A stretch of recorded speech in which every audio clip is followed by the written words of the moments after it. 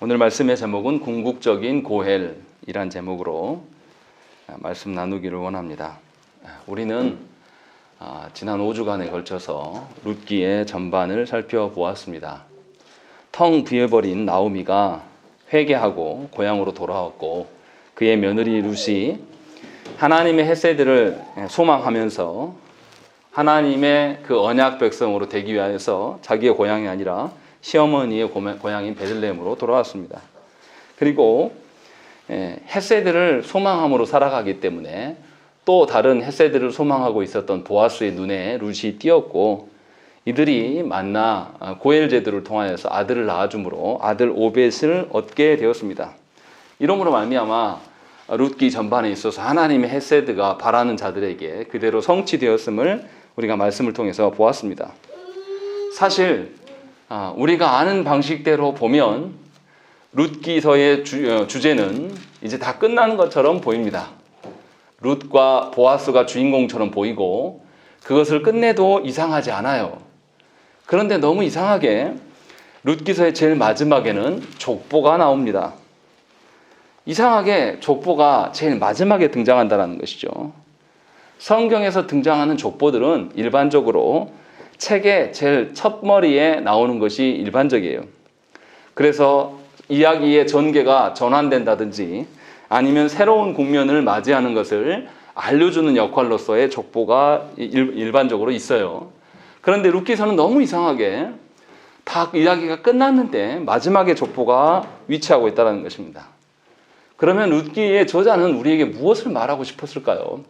분명히 룻기의 주제가 이것과 관련되어 있을 것을 우리가 유추해 볼 수가 있는 것입니다.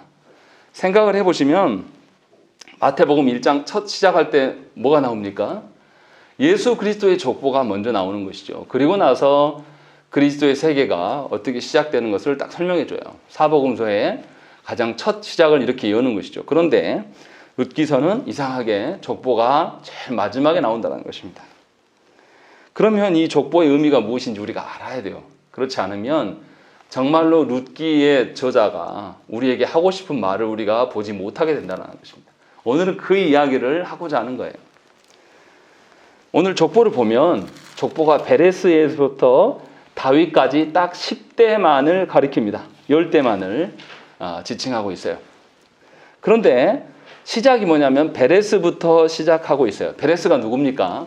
베레스는 유다가 고엘 제도를 지키지 않으니까, 형사취수법을 지키지 않으니까 그의 며느리 다말이 유다를 속여서 낳은 자녀예요.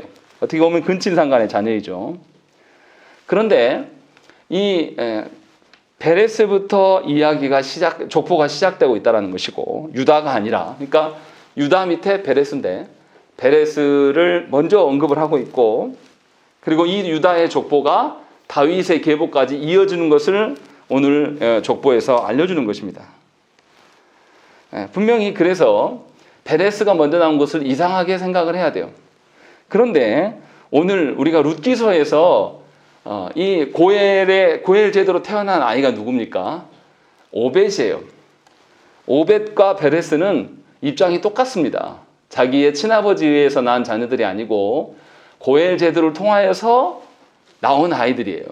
그래서 룻기서의 이 나오미의 가정을 풍성하게 채워준 아이가 오벳이고, 또 며느리 다말에게 없었던 자녀가 생겨나게 하는 그 시초가 누구냐면 베레스라는 것이죠.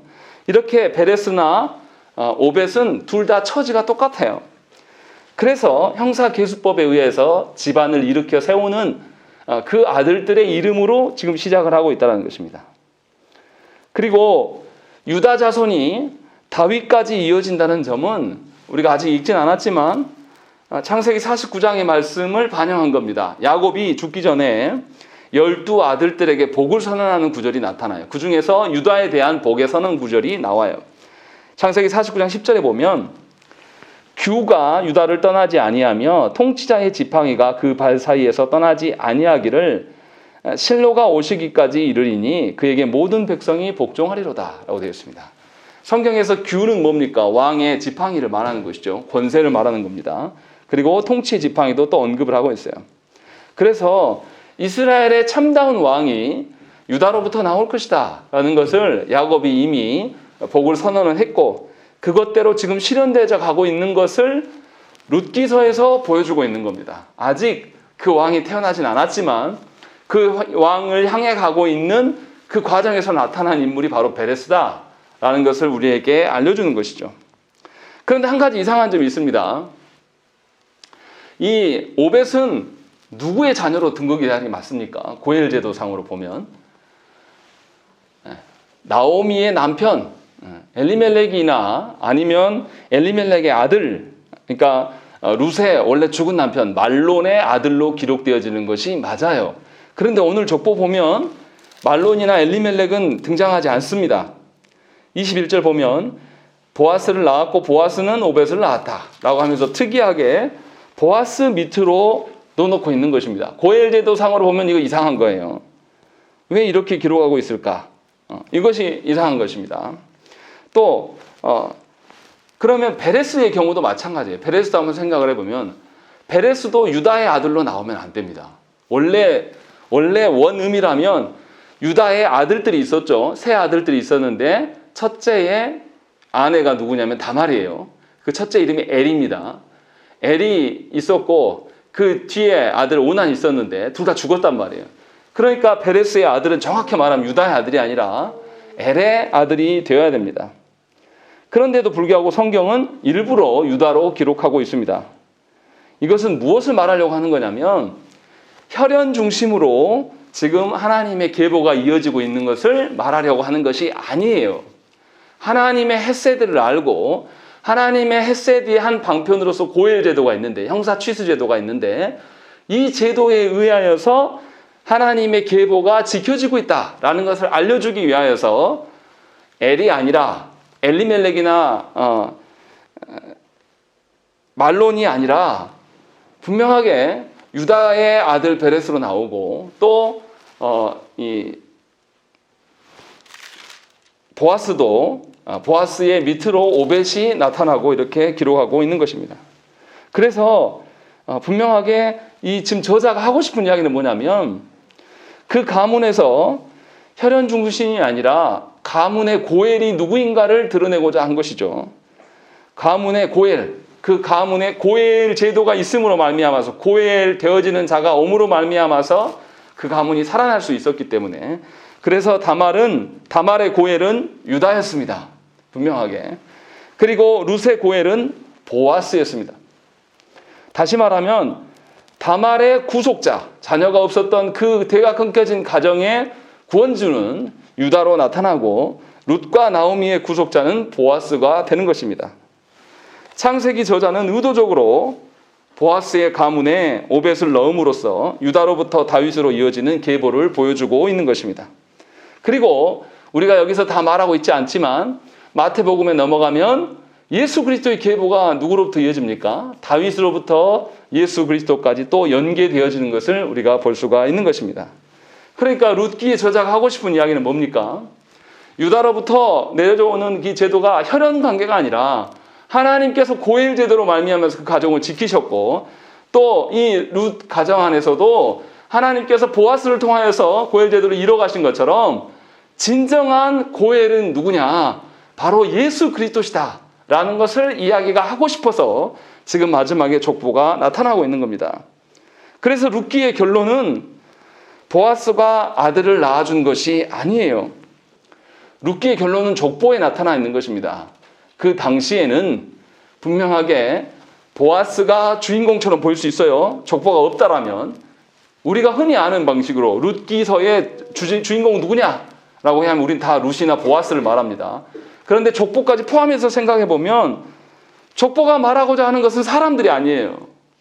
룻과 보아스가 아니라 다윗의 뿌리이고 또 다윗의 후손이신 예수 그리스도를 전망하고 있는 것을 보여주고 있는 것이에요. 그러니까 룻기서의 마지막 결말 부분은 다윗까지의 족보를 언급함으로 말미암아서 열린 결말로 마무리하고 있는 거예요. 진정한 우리의 고엘 대신 구원주 대신 그분이 장래에 오게 될 것이다 라는 것을 지금 알려주고 있는 거예요. 그 당시의 상황에서 엘리멜렉, 나오미나 룻에게 고엘은 누구냐면 보아스였어요. 그러나 이들이 진짜 궁극적인 것이 아니라 이들이 보아스를 통하여서 아들 오벳을 얻게 된 것 때도 사실은 누구의 영향입니까? 분명히 우리 앞에서 읽었지만 하나님이 임신케 하셨다라고 분명히 언급을 하거든요. 그래서 궁극적인 구원자, 궁극적인 헤세드의 실현자가 누구시냐? 바로 예수 그리스도다라는 것을 보여주려고 지금 이 이야기를 하고 있는 것입니다. 그래서 분명히 우리는 이 룻기서의 주제가 뭐냐라고 했을 때 우리가 뭐라고 답해야 되겠습니까? 보아스와 룻이 아니에요. 누굽니까? 그리스도라는 것입니다. 구약 백성들에게도 분명하게 그리스도를 소개하고 있는 것입니다. 그리스도에 대한 언급은 없지만 우리가 익히 아는 것처럼 다윗에 대한 것들까지 이어졌고 마태복음 1장에 넘어가면 다윗으로부터 예수 그리스도까지 14대를 다시 설명해 줍니다. 그래서 그리스도가 종착지이다라는 것을 우리에게 알려주고 있는 것입니다. 그런데 마태복음 1장에 보면은 뭐가 나오냐면 하나님의 언약 백성들만 기록하지 않아요. 놀랍게도 여인들의 이름이 4명이나 들어갑니다. 가나안 여인이었던 다말, 이방 여인이죠. 다말이 놀랍게 그리스도의 계보에 들어가 있는 것이고 또 기생 라합이 들어가 있습니다. 그리고 또 오늘 본문에 우리가 읽었던 룻기서에 나타난 모압 여인 룻, 그리고 우리가 언급하지는 않았지만 솔로몬을 낳은 우리아의 아내 밧세바도 거기에 들어가 있는 것입니다. 이들은 다 정상적인 가계의 혈통의 사람들이 아니에요. 전부 다 외부인들입니다. 그런데도 이 외부인들이 그리스도의 계보에 참여할 수 있었다라고 말하고 하는 것은 하나님의 은혜로 말미암아, 하나님의 헤세드로 말미암아서 구원이 이루어져 가고 있는 것을 우리에게 알려주고 있는 거예요. 사람의 혈통이나 사람의 노력에 의해서 이런 것들이 되어져 가는 것이 아닙니다 라는 것을 지금 룻기서에서 벌써 알려주고 있는 것입니다. 그래서 놀라운 거예요. 우리는 흔히 한국 교회가 가지고 있는 모순 중에 하나가 뭐냐면 교회 세습 문제예요. 아버지가 잘했으니까 그 교회를 잘하는 사람이 아들일 것이다 라고 이야기하면서 혈통적으로 뭔가를 보려고 하는 것입니다. 그런데 성경에서는 사람의 혈통을 인정하지 않아요. 예수님 당시에만 인정한 게 아니라 이미 이 구약 성경에서도 하나님의 헤세드를 소망하는 그런 믿음에 근거하여서 그리스도의 계보가 되었다라는 거예요. 그러니까 사람의 행위가 아니라 무엇으로 그리스도가 오셨다라는 것이죠? 믿음으로 말미암아 하나님의 헤세드를 소망하면서 그 믿음 안에 살았던 사람들, 그들의 계보가 이어진 것이 그리스도의 계보다라고 이야기하는 거예요. 그러니까 하나님께서 우리를 어떻게 구원케 하신다라는 것이죠? 하나님의 신실하심을 믿게 하심으로 말미암아서 그래서 구원이 우리에게 오고 있다라는 것을 우리에게 보여주고 있는 거예요. 그러면 구약 백성들로 뭘로 구원받은 것입니까? 하나님의 헤세드로, 순전한 하나님의 인애로 받았는데 그 인애를 믿음으로 말미암아서 구원받은 거예요. 그러니까 구약의 모든 백성들도 예수 그리스도로 말미암아 구원받은 것이지 그들의 행위로 구원받은 것이 절대 아니에요. 그래서 분명하게 룻기서에서 이야기하고 있는 것은 하나님의 헤세드를 나타내고 그의 백성을 그들의 죄에서 구원하심을 신약에서만이 아니라 구약에서도 나오미와 룻의 이야기를 통하여서 그리스도를 신뢰하고 믿는 자들을 하나님께서 구원하셨다라는 것을 우리에게 알려주고 있는 겁니다. 그럼 우리 어떻게 살아야 되겠습니까? 우리의 모든 근원 해결의, 모든 문제의 해결의 근원이 누구라는 거죠? 예수 그리스도시라는 거예요. 이미 예수님 오시기 전에 사람들도 예수 그리스도를 바라보라고 족보를 넣어준 거예요. 그런데 우리는 그것을 만족하지 않습니다. 그리스도로 인하여서 만족하고 거기에서 위안을 받는 사람이 몇 명이나 됩니까? 없어요. 교회가 왜 싸웁니까? 그리스도를 못 믿어서 싸우죠. 그리스도를 믿고 싶지 않으니까. 그리스도를 빼고 남으니까 이제 서로의 약점들만 보이기 시작하는 거죠. 그래서 그것으로 서로 질타하고 복음은 온데간데 없는 거예요. 그래서 자기가 좋아하는 사람이 설교하느냐 아니냐를 판가하는 거죠. 그래서 사람 따라 예수 믿어요. 미안하지만 예수 믿은 거 아닙니다. 그냥 자기들끼리 속고 속이는 그런 방식으로 교회됨이라고 이야기를 하는 거예요.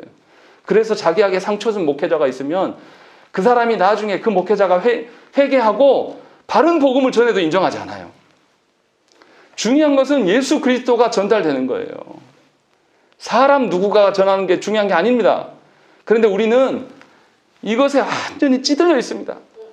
자기가 좋아하거나 큰 교회 어떤 목사를 했던 사람이라든지 어떤 그 사람의 경력이 화려한다든지 이것을 근거로 말미암아서 그의 목회자를 바라보는 거예요. 아니면 육적인 어떠함으로 나보다 나이가 많은지 그의 경력이 어떠한지 이런 걸로 가지고 이야기를 하기 때문에 정작 중요한 예수 그리스도가 교회 안에서 드러나지 않는 것입니다. 그러니까 하나님의 헤세드를 바라고 소망하는 사람이 교회 안에 찾아보기가 힘들어요. 왜냐하면 분명히 성경의 모든 것은 누구를 향해 있냐면 예수 그리스도를 조망하고 있는 겁니다. 다 예수 그리스도를 바라보고 있어요. 구약 백성까지도 전부 다. 이것을 우리에게 알려주고 있는 겁니다. 그러면 우리가 어떻게 살아야 되겠습니까? 그리스도 때문에 살고 죽는 거예요. 아무리 내가 화가 나고 내 정서가 반응하고 내 의지가 박약할지라도 그리스도 앞에 있다라면 내 태도를 고쳐먹어야 되는 거예요. 이것이 정상이란 말이에요. 그런데 제가 너무나 황당한 것은 뭐냐면 사람들끼리 기분 나쁜 걸 가지고 하나님께 예배하는 것을 엉망으로 드리는 거예요. 하나님 앞에서 산다는 의식이 없는 겁니다. 하나님이 정말 우리에게 보이시고 있던 헤세드가 그리스도 안에 다 담겨져 있는데 이것을 복되게 받지 않겠다라는 것입니다. 그냥 지금 당장 나에게 불편하게 하는 거 다 치워버리고 싶고 지금 당장 내 기분 내키는 대로 그냥 사는 거예요. 미안하지만 예수 믿은 적이 없어요. 본인 믿은 거죠. 본인 경험이나 연륜에 의해서 믿는 것. 지금 룻기서에서 우리에게 경고하는 것이 마지막 족보 이야기가 정말로 여러분들은 여호와의 헤세드를 그리스도를 통하여서 보고 있느냐. 그리스도를 통하여서 우리가 이 헤세드를 소망하면서 살아가고 있느냐라는 것을 족보 이야기를 붙임으로 우리에게 묻고 있는 겁니다. 너무나 중요한 이야기예요.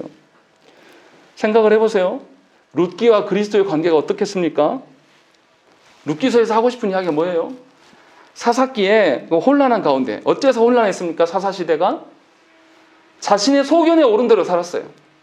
왕이 없었어요. 왕이신 하나님을 모시지 않고 자기의 소견대로 살아가니까 이 나라가 질서가 없고 엉망진창인 거예요. 외부세가 침입해가지고 늘 점령하고 있고 그런 상황에 사는 거예요. 이런 혼란 가운데서 하나님께서 룻기서를 통하여서 한 가정을 누가 세우시는가를 우리에게 보여주고 있는 겁니다. 왕에 대한 언약을 이뤄가기 위해서 그 왕의 계보를 이어가는 이 족보를 끊어진 것 같았는데 이 족보를 이 나오미와 룻에서 다 없어 텅 비어져 버린 이 가정 안에 하나님께서 어떻게 그 가정을 언약을 위하여서 보존하시는가 이것을 우리에게 보여주고 있는 거예요. 그러니까 사람의 이야기가 아니에요. 여호와의 헤세드를 보여주는 그런 이야기란 말이에요. 보이지 않는 손, 그 여호와의 손이 어떻게 일하시는가를 우리에게 보여주고 있는 것이 룻기서의 주제예요.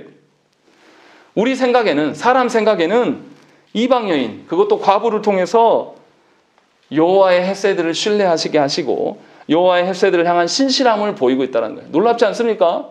우리의 상식으로는 과부고 더군다나 우리가 싫어하는 동남아 사람이라고 해보세요. 그 사람이 더 신앙 안에서 지키고 있으면서 하나님의 계보를 이어가고 있다는 거예요. 제가 요즘에 드는 생각은 뭐냐면 한국 사람들의 교만함 때문에 늘 고민이에요.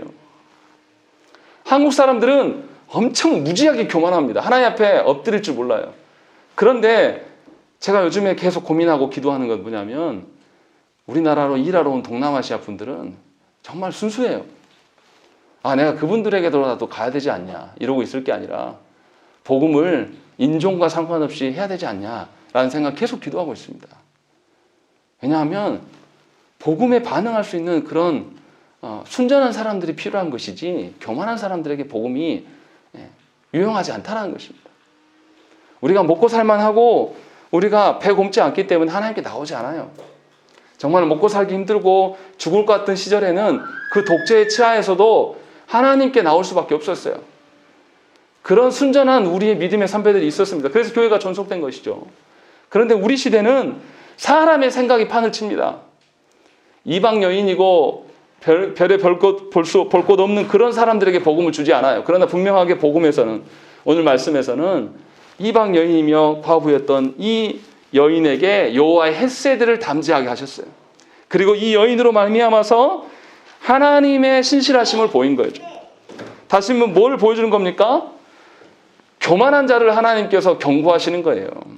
하나님이 분명히 복음으로 수십 년 전에 교회 안에 부르셨는데 회개하지 않고 여전히 나의 살아가는 일에서 불편함만을 하소연하는 것은 하나님이 결코 기뻐하지 않아요. 하나님께서 이미 세상 사람들에게는 깨닫지 못하는 그리스도의 어떠함을 우리에게 다 깨닫게 하셨단 말이에요. 더군다나 룻은 어떻습니까? 룻이 낳은 그 족속은 뭐냐면 어떻게 보면은 근친상간이라고 말할 수도 있어요. 세상의 방식으로 이야기하면. 룻이 누구의 후손입니까? 룻이 누구의 후손이에요? 롯으로부터 나온 모압 백성이 다 롯과 그 딸이 무서워서 근친상간에서 낳은 족속들, 모압 족속이란 말이에요. 이 모압 족속들은 여호와의 성전에 들어오지 못합니다. 아무리 그들이 이스라엘 백성이 되고 싶어도 하나님께서 들어오지 못하게 했어요. 또 그리고 그들을 저주하셨어요. 하나님께서. 그런 백성 중에서 지금 하나님께서 불러낸 거예요.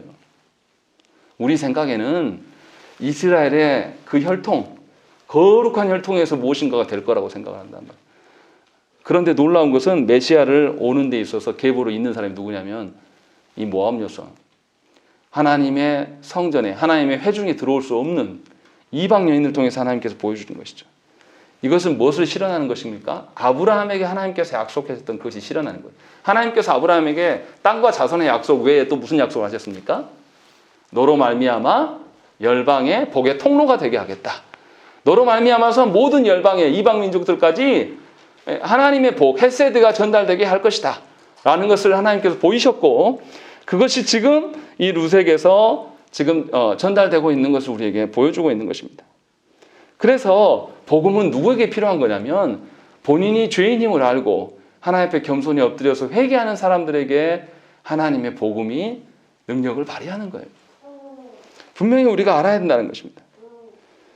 다윗 왕국이 왜 이스라엘에서 가장 하나님 보실 때 성군이라고 이야기합니까?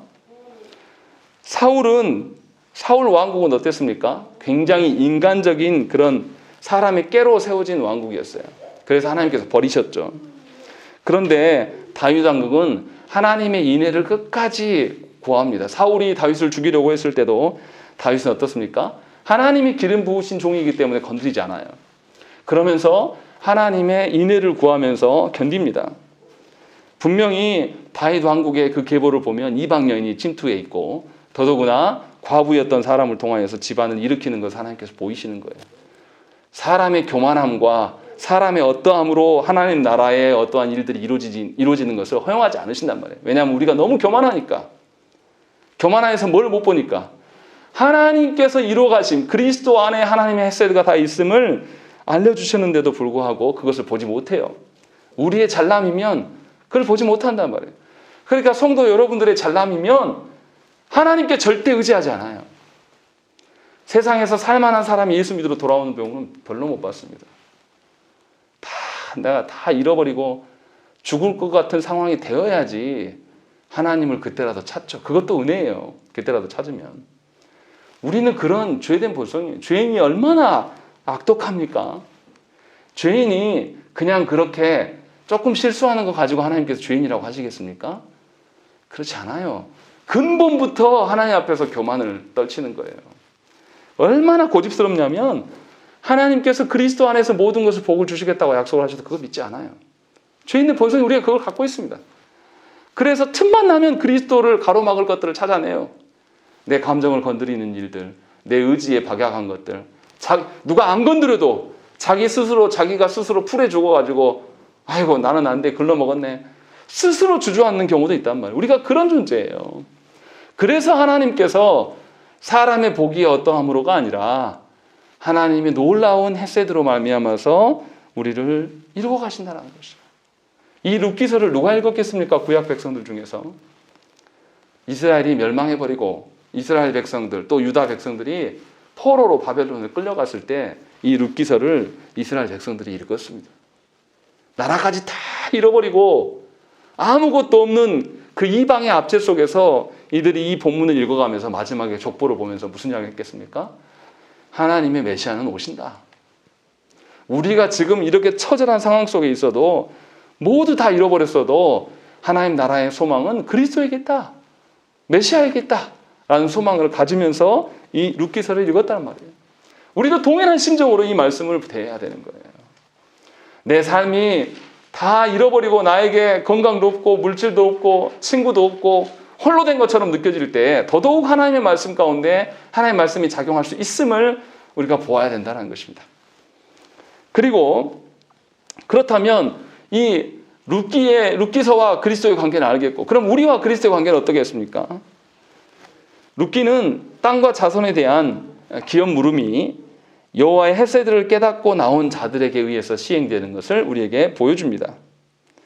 기업을 구속해 나가는 그 실체가 누구냐? 바로 여호와시다. 그래서 진정한 고엘은 여호와 하나님이십니다 라는 것을 우리에게 알려주는 거예요. 어땠습니까? 나오미가 언약의 땅을 떠나서 죽음이 거하는 이방 땅으로 그 여자가 피했어요. 그리고 죽음 가운데서 남편과 아들들 다 잃어버렸습니다.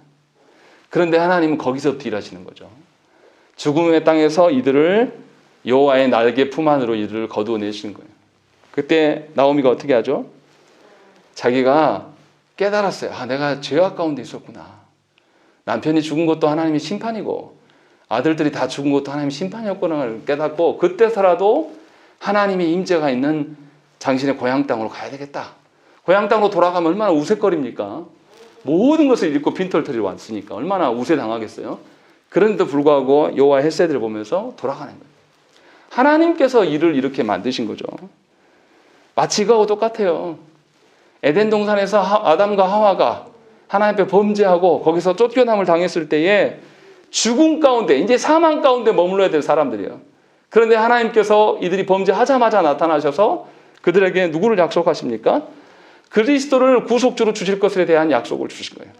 사망 가운데 있는 자들에게 여호와의 헤세드를 보일 때에 그 사람들이 여호와의 헤세드를 발견할 수 있다는 거예요. 우리가 세상에서 태평하고 남들 것처럼 똑똑하고 남들만큼 부유하게 살았다라면 우리가 누구 어떻게 이 자리에 여기 앉아서 예배드리겠습니까?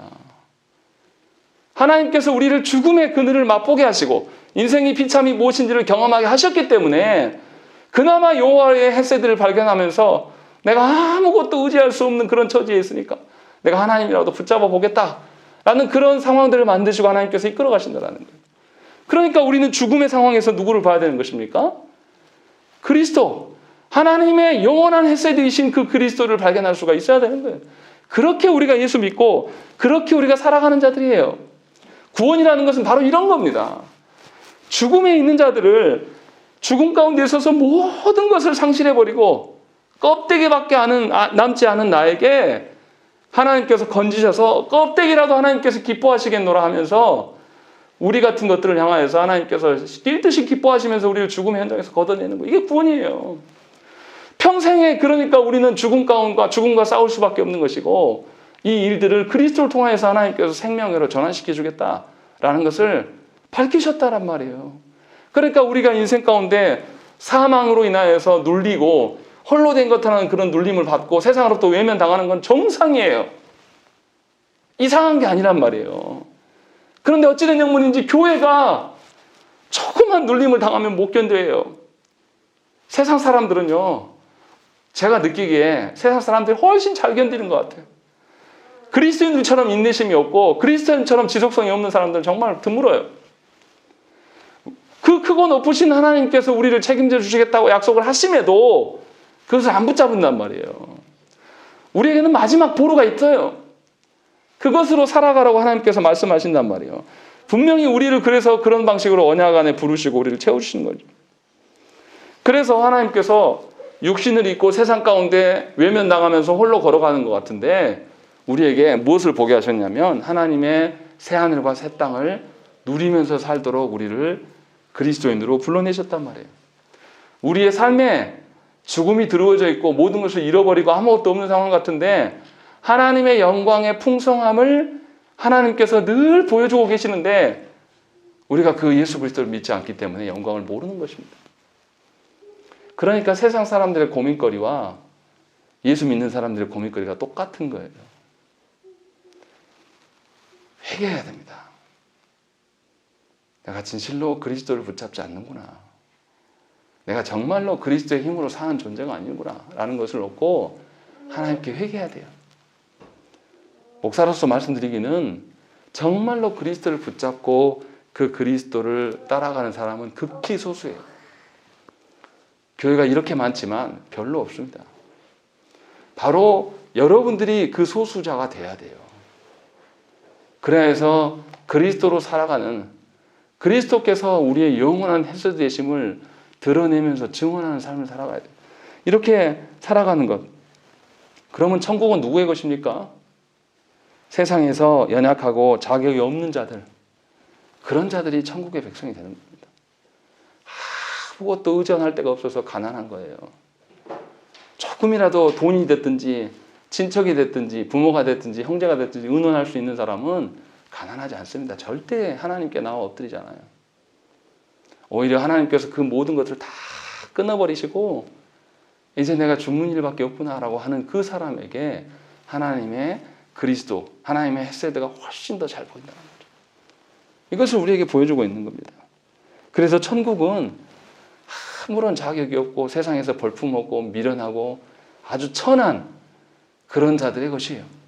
그런 자들이 여호와의 헷세드를 발견하고 하나님의 권고하심을 깨닫고 순종하며 엎드리고 나왔을 때 하나님은 놀랍도록 그들을 영광스럽게 사용하십니다.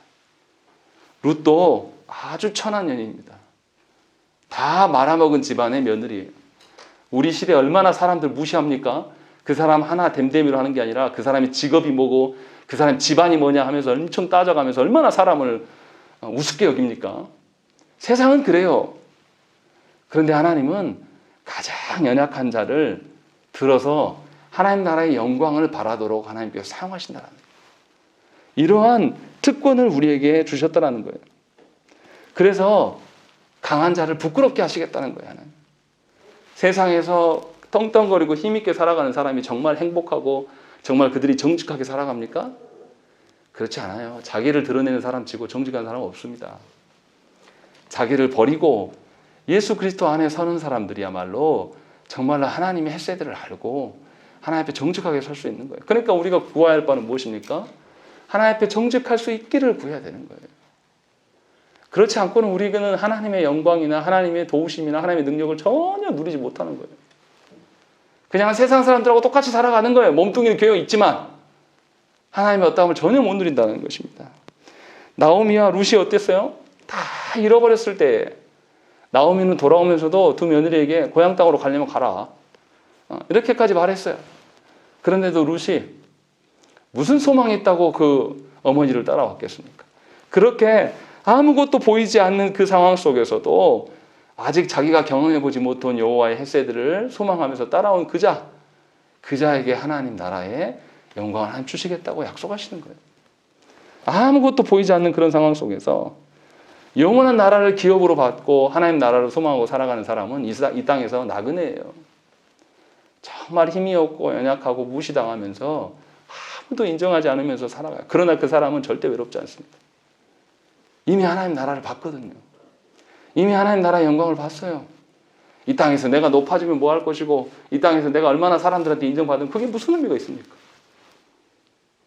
이제 30-40년 후에 되면 우리 다 갈 텐데 머지않은 날인데 그 30-40년을 못 참고 하나님 앞에서 살지 못하면서 내 있는 성과를 다 내고 세상 사람들하고 동일하게 살지 못해서 안달을 내면서 근심하며 살다가 그렇게 30-40년 보내고 주님 앞에 설 거네 이 말이에요. 그때 주님 뭐라 하겠습니까? 내가 너 불렀을 때, 너 죽음의 골짜기에 있을 때에 나를 의지하라고 그렇게 내가 너를 강력하게 불렀을 때에 너는 도대체 누굴 봤냐? 뭐라고 답하겠습니까? 룻기서에서 제일 마지막에 족보를 주신 이유가 그리스도를 보라는 거예요. 이 그리스도를 볼 수 있는 사람은 누굽니까? 하나님께 회개하는 자예요. 자기를 부인하는 자. 룻이 정체성이 모압 여인이었어요. 모압 여인이었는데 모압을 버렸습니다. 친척과 본토 아비집을 버리고 하나님께 나아간 그 여인에게 하나님의 놀라움의 그 풍성함을 보였어요. 이스라엘 백성들이 이 룻기를 언제 읽었냐면 77절에 읽었습니다. 77절이 뭐 하는 절이냐면 보리와 밀을 수확하는 그 시기예요. 그 시기니까 이 지금 룻기의 배경도 그렇지 않습니까? 밀과 보리의 추수하는 때 그때의 배경을 하고 있지 않습니까? 그래서 이때 읽었어요. 또 생각을 해보세요. 이스라엘 백성들이 6월절을 지내고 난 다음에 출애굽에서 시내산에 50일 만에 도착합니다. 7.7절과 시기가 거의 비슷해요. 그리고 나서 하나님 언약을 받아요. 또 어떻습니까? 예수께서 승천하시고 난 다음에 오순절 때 성령 하나님을 우리 가운데 보내심으로 말미암아 첫 교회되게 하나님께서 하셨단 말이에요. 이 시기도 매우 닮아 있어요. 왜 이렇게 지금 다 또 비슷한 이야기를 합니까? 전부 구원과 관련된 이야기들이에요.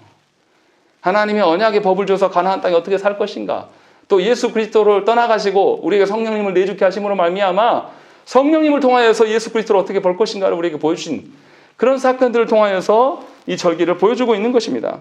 그러니까 우리는 성령 하나님을 통하여서 예수 그리스도를 발견할 수가 있는 것이고 성부 하나님의 선하신 뜻을 발견할 수가 있도록 하나님께서 우리를 부르셨다는 것입니다.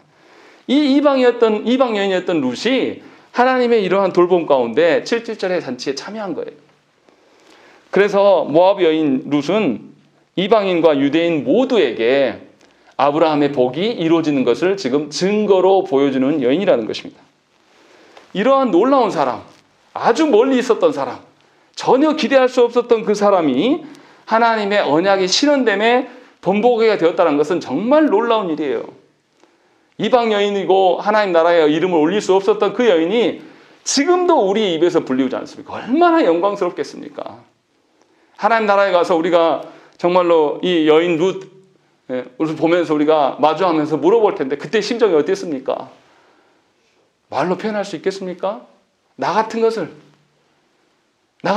하나님께서 불러서 써주시다니 얼마나 감격하면서 그 자리에 나갔겠습니까? 룻이 그냥 간 게 아니에요. 나오미와 룻이 잘하는 것이 하나도 없습니다. 특히 나오미는 더더구나 언약을 떠났던 사람이에요. 그런데 그들이 회개했어요. 회개했다는 말이 무엇입니까? 나오미는 하나님의 징계를 달게 받았어요. 남편이 죽고 아들 둘까지 다 잃었는데도 그것으로 인하여서 아이고 내 팔자에 못 살겠네 이런 게 한 게 아니라 하나님의 징계를 바르게 받고 깨달았습니다. 빈털터리가 되어서 고향으로 돌아가면 사람들의 웃음거리가 될 거라는 것도 알았어요. 그러나 자기를 포기한 거죠. 옛 자아, 먹고 사는 문제가 우선이었던 과거의 자아를 버리고 이제는 텅 비어버린 마라의 상태로라도 내가 하나님의 집에서 죽겠노라 하는 마음으로 회개하면서 돌아간 거예요. 그래서 그 나오미의 삶의 지경이 바뀐 거예요. 죽음의 땅에서 생명의 땅으로 바뀌어진 것입니다. 사람으로서 즐거움이나 어떤 가능성을 붙잡고 살아가는 것이 아니라 그것이 다 끊어졌을 때 도리어 하나님의 손에 모든 것이 달려있음을 알고 하나님께 쓰임받기를 소망하면서 그곳에 간 겁니다. 모압 여인 룻도 마찬가지예요. 자기의 고향집으로 돌아가지 아니하고 하나님의 말씀의 빛을 따라서 걸어갔어요. 아직 자기가 경험하고 본 적도 없는 그 하나님의 빛. 이 나오미 시어머니 집에 시집 와서는 온전히 죽음밖에 못 봤어요. 그런데 나오미 시어머니의 회개로 말미암아서 며느리가 그 빛을 바라보고 소망하게 된 거예요. 먼저 믿은 우리들이 하나님 앞에 회개하지 않기 때문에 우리 집안 사람들이 반응하지 않는 거예요, 사실. 분명하게 이 나오미의 회개로 말미암아 룻은 하나님의 말씀의 빛을 따라서 언약 땅으로 같이 따라 들어갔습니다. 그리고 나서 그곳에서 여호와의 헷세드를 계속 소망했어요. 그러자 누구를 발견한 것입니까? 여호와의 헷세드를 소망하는 사람을 여호와의 헷세드가 소망하고 있는 보아스가 발견한 거예요. 그래서 이들이 함께 하나님 나라의 사명에 순종하면서 걸어가는 것이 드러난 것입니다. 그래서 이처럼 하나님의 헷세드를 맛볼 수 있는 것은 뭐냐면 회개하는 자예요. 회개하고 하나님이 주신 사명에 순종의 삶을 살아가는 자, 이 자들에게 하나님의 영광을 맛보게 하시고 하나님의 헷세드를 누리게 하신다는 것입니다. 놀라운 것은 그냥 누리는 게 아니에요. 이런 사람들을 통해서 뭐합니까? 회개하고 하나님 앞에 사명을 순종하고 따라가는 사람에게는 하나님 나라의 역사에 포함시켜 주시는 거예요. 얼마나 자랑스럽겠습니까? 이 땅에서의 우리 남은 인생 고작 몇십 년만 견디면, 몇십 년만 하나님 앞에 회개하고 나의 과거의 삶을 청산하고 이제는 새로운 삶으로 하나님의 사명을 위하여서 내가 살다가 순교하겠노라라고 하는 그런 심정으로 살아가면 하나님 나라의 역사에 우리 이름이 기록된다는 거죠. 얼마나 이게 영광스러운 일이에요. 지금 우리가 세상에서 이 나이에 나가서 우리가 높아지면 얼마나 높아지고 사람들로부터 인정을 받을 수 있으면 얼마나 받겠습니까? 이제 못해요, 우리는. 그럴 시기가 다 지나버렸습니다. 그런데도 그 헛된 것을 쫓아다니면서 사람들에게 알아주기를 원하는 것은 하나님 나라의 빛을 전혀 모르고 있는 겁니다. 그것은 불가능해요. 이제 제가 40 중반 50줄 바라보고 있는데 제가 세상에서 가가지고 높아지고 하고 권세를 잡으려고 돈을 많이 벌려고 하면 되겠습니까? 안 될 거라는 거 다 알잖아요. 그런데 하나님께서는 하나님 나라의 영광을 이미 우리에게 주시겠다고 약속하고 계신 거예요. 회개하고 하나님 사명을 위하여서 네 인생을 불태우면 하나님께서 분명히 너를 기억하겠다라고 보장해 주심에도 있는데도 우리는 그것에 순응하지 않는 겁니다. 전부 핑계를 대는 거예요. 하나님 지금 우리 가정에 돈이 좀 없거든요. 하나님 지금 제가 건강이 늙어서 건강이 안 좋아요. 하나님 내 자녀 새끼들 문제가 있는데 지금 내가 그거 하겠습니까? 우리가 언제 할 수 있겠습니까? 우리가 언제 하나님 앞에서 그렇게 살아보다가 가겠어요? 남은 인생이 얼마인지 누가 장담합니까? 하나님께서 우리에게 하나님의 참된 인자하심과 하나님의 성실하심과 하나님의 정의에 대해서 맛볼 수 있는 기회로 우리를 늘 초청하고 계셨어요. 우리가 어렸을 때부터 늘 그 자리에 나오라고 하나님께서 부르셨고 그것에 대한 근본이 바로 그리스도에게 있다는 것을 우리에게 늘 알리셨다는 것입니다. 하나님의 변함없으신 그 손길에 이제 우리가 손을 내밀 때도 되지 않았겠습니까? 시간이 얼마 남지 않았어요. 여기 계신 분 중에 누가 먼저 갈지 장담 못합니다. 젊은 제가 먼저 갈지 여러분들이 먼저 가게 될지 아무도 장담 못해요. 얼마나 남은 것인지. 그러나 장담할 수 있는 건 있어요. 우리 앞으로 50년 이상 더 살 사람 없습니다. 여기. 저를 포함해서. 앞으로 50년 이상 더 살 수 있는 사람 없어요. 그 짧은 시간을 위하여서 이루어지지도 않는 세상에 마음을 뺏겨서 거기에 눈물 보내는 그런 인생이 아니라 우리의 능력으로 하는 것이 아니라 하나님께서 하시겠다고 이미 약속하셨으니 그리스도 앞에 와서 우리가 엎드려야 되는 거예요. 그래서 기도하셔야 됩니다. 기도가 은혜 주시지 않으면 기도가 안 돼요. 그러나 최소한 기도의 자리에 앉아 있을 수는 있어요. 하나님은 그것으로도 족하다라고 말씀하셔요. 그런데 우리는 그것도 안 해요. 그러면서 하나님 나라에 운운하는 것은 교만한 겁니다. 분명히 저와 여러분들이 하나님 앞에서 살아가셔야 되는 것입니다. 남은 인생은. 그래서 정말로 하나님께서 여러분들에게 만지심을 드러내 보이셔야 돼요. 그럴 수 있으면 그게 전도죠. 그것이 안 되면 이 말로라도 전도해야죠. 그것이 사명인데. 그것도 하지 않으면서 내 영혼이 변화돼서 내 안에 하나님 나라의 영광도 드러내지 못하면서 전도도 하지 않겠다? 기도도 하지 않겠다? 소망이 없습니다. 궁극적인 하나님의 햇새들을 여러분들이 누리시면서 그와 함께 사셔야 되는 것입니다. 그것이 신자의 삶입니다. 함께 기도하겠습니다.